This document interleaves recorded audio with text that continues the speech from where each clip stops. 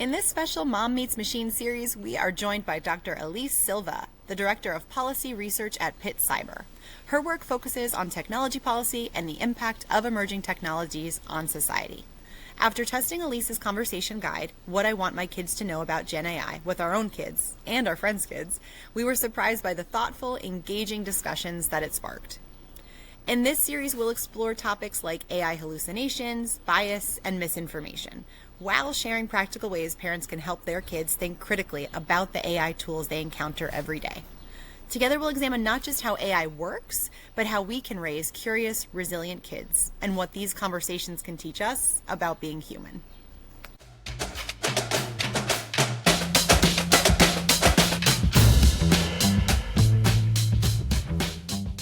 How many corn dogs did Huey Duck eat in DuckTales? Dang it, it's too smart. It said it didn't know? It said there is no official count of how many corn dogs Huey Duck eats in DuckTales. I'm trying to think, how can we make it hallucinate? What year did Jalen Warren break the all-time record for rushing yards? He's never done that.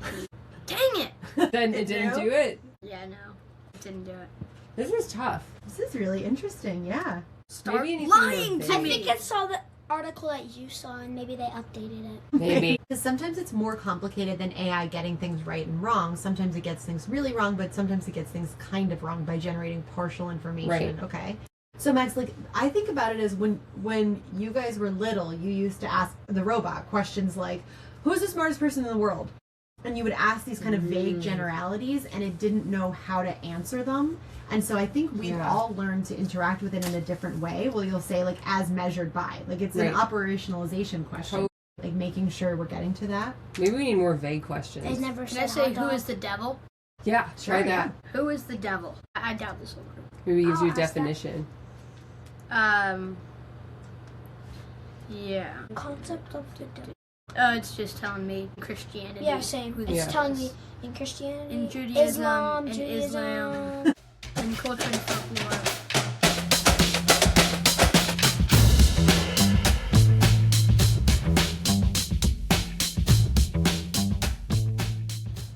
What is a hallucination? Yeah, so a hallucination is when a system makes something up that sounds true or plausible, but isn't, simply put. So it has an output, you're like, that sounds reasonable, but it's false. It's demonstrably false. And I think that there are some really obvious implications for parents here. One being, we don't want our kids to be believing things that are false or harmful in any way. But another is just, what are the implications for incorporating these types of tools in your life that don't create truth? They weren't ever designed to create truth. They were trained on language. They weren't trained on information. They were trained on language, and that's different. What's the implication of using those for information technologies, or like to find information or to answer questions? I think that those are really important questions that we have to ask ourselves as a society, and that parents can have conversations with kids about. I've had people say, oh yeah, I hate it when people call it a hallucination because that sounds like it's a malfunction. And just like you said, Kendra,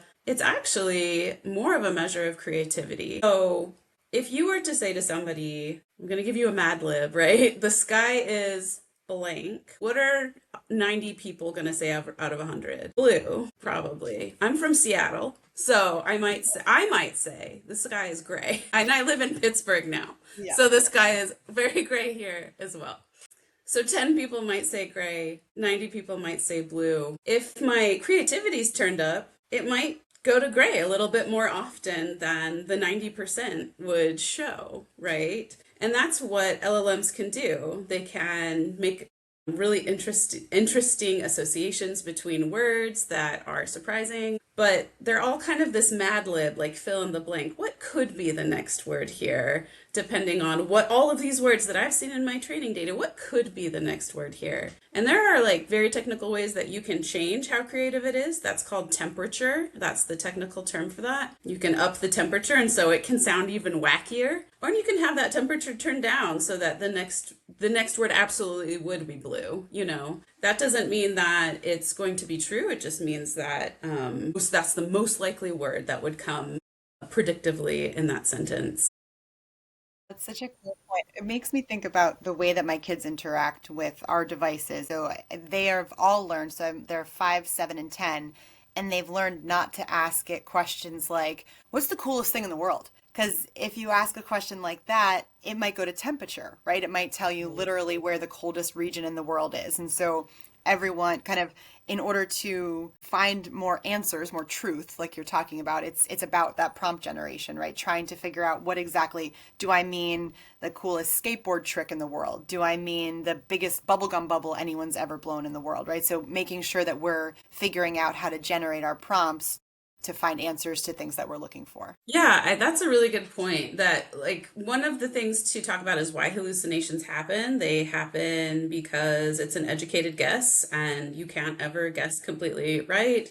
It happens because your prompt might not be specific enough, right? It happens because of holes in the training data. And so, like, if you're asking about something really recently, those models haven't been trained on what happened yesterday. They now have web search capabilities that might be able to pull up some of that stuff, but like the base models aren't able to give you that information. Or if you ask it something really controversial where there are a lot of different types of answers to it, that's another example where it's like the answer is it depends. And so you might not get a good quality answer. So the example that I come back to is that very famous hallucination of the cheese not sticking on pizza, where somebody typed into Google cheese not sticking on pizza. And it was a pretty bad search, right? In that, like, it's not being very specific. But what AI Overviews did, which is an LLM, is it said, what you should do is mix some non-toxic glue with your pizza sauce so that it will stick to the pizza. And I love talking about that because you can very easily say to somebody, you can understand why a machine would think is the wrong word, right? But associate glue with sticking. But we know as human beings that we would never associate glue with pizza, right? And so it's like such a good example of a hallucination to have a discussion about, like, why would a machine do that? And why wouldn't a person do that? And then what does this teach us about verifying information, looking, if it's a high stakes question, looking up other sources, and then also how humans and computers think or reason differently. Yeah. What is sycophancy? Yeah, so sycophancy is when an AI agrees with you, even when you're wrong, right? So it's like overly affirmative of whatever it is you're saying. It flatters rather than challenging. So it's like validating what you are saying rather than questioning it, challenging it, or pushing back. And so this is like the examples that I've seen recently are a lot of like spelling, where it'll like even if you give it the wrong word and you just keep asking, saying like, how do you spell this? No, it has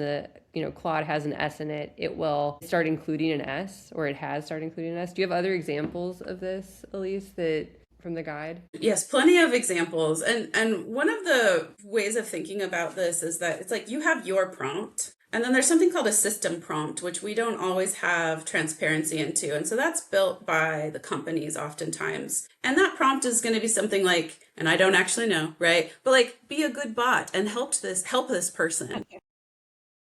And so if you like push it and keep pushing it, it's going to be like, I have to be a good bot and help this person, and eventually do that. There are also incentives that are driven by business interests, which we have to name here, to keep you engaged, to keep you coming back, and to keep you in the interface, right? That those are all things that these particular tendencies are kind of engineered to keep you using the product, to get you locked in, so you will continue to use that same product. So really upsetting examples are ones and like, trigger warning that include things like self-harm. So there are examples of teens that we're wanting to like harm themselves, and instead of pushing back or saying, like, no, please seek help, or in addition, oftentimes to doing that, it would guide them in their longer term plan to hurt themselves. And these have ended in deaths. And, So some of these things are just kind of silly. Like you say something wrong and it's like, yeah, sure, that's a great idea. And you're like, yeah, that's actually not a great idea. And other things have very, very real consequences. I think I kind of get stuck on the similarities and differences between hallucinations and sycophancy because hallucinations to me kind of seem like a sycophantic response, like not wanting to say, I don't know the answer to that, or trying to please you in being able to give you an answer. I just wanted to hear your definition or description of that. Yeah, so I think that these are related phenomena, right? And it has to do with design at the end of the day, right? So the system is designed to be creative is one way to put it, right? Or predictive would be another way. But it's also designed to help you finish your task. And if that task is to hurt yourself, unfortunately, it may very well help you to do that. A lot of different people want to know about it, want to know how it might help them, but are also wanting to use it responsibly. So we're trying out the guide. Thanks for reading it. It was a It was blast. fun. Thank you. There was probably a lot of pauses of me and Leah just being like, what do we do? Hallucinate. What else? I actually loved it. And you probably did not expect that response from me, but I was like, I love that this didn't quite work the way it was supposed to because it's just such a learning moment for everybody. Be like, well, I know that they work like this, but also why is it acting this way right now? But I still think that they were the first picture you showed, the pretty person, I was like, that is a very conventionally pretty person, but also clownishly so, Yeah. Well, women, first Wasn't of it all, like women. it was like Beyonce, Dolly Parton? It was wild. So funny. Yeah. Yeah, it was so funny. And then hearing the kids try to break it, I think is also really fun. And I think a learning opportunity there is kids eventually will. Even if they couldn't on tape, they are going to eventually I was figure out how to mess with that system. My 10-year-old he went off on such a journey with trying to make it hallucinate. He spent days after and was so excited. I finally got it. It made up an episode that wasn't true of my show. And he was telling Kendra about he was so pumped. Episode of his favorite show that didn't exist and he was so pumped about it. Yeah, I feel like maybe an update to that activity, which I have updated the activities in this version, is hey, over the next week, if you're using this technology, especially if it's a teenager, not a preteen or something, 13 or older, maybe using it, take a screenshot if you see it hallucinate and then let's talk about it. And it can be did you find any hallucinations? Because they're oftentimes quite subtle.